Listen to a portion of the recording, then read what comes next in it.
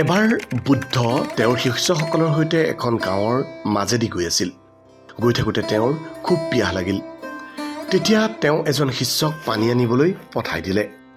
শিষ্যজনে পানী বিচাৰি গৈ দেখিলে যে এটা ধুনীয়া পুখুৰী, কিন্তু তাত গৰু মানুহ আদিয়ে পানীখিনি ব্যৱহাৰ কৰাৰ ফলত ঘোলা হৈ আছে। সেইখিনি খাবৰ উপযুক্ত নাছিল। তেওঁ নিৰাশ মনেৰে আহি গুৰুক ক'লেহি। গুৰুৱে তেতিয়া দ্বিতীয় এজন শিষ্যক পঠাই দিলে পানী বিচাৰি। প্ৰায় অলপ সময় অতিক্ৰম কৰাৰ পাছত শিষ্যজনে গুৰুৰ কাৰণে এটা পাত্ৰত ফটফটীয়া পানী লৈ আহিল। বুদ্ধ আচৰিত হ'ল, সুধিলে যে তেওঁতো কৈছিল যে পানীখিনি খাবৰ উপযোগী নাছিল, তেনেহ'লে তুমি কেনেকৈ আনিলা?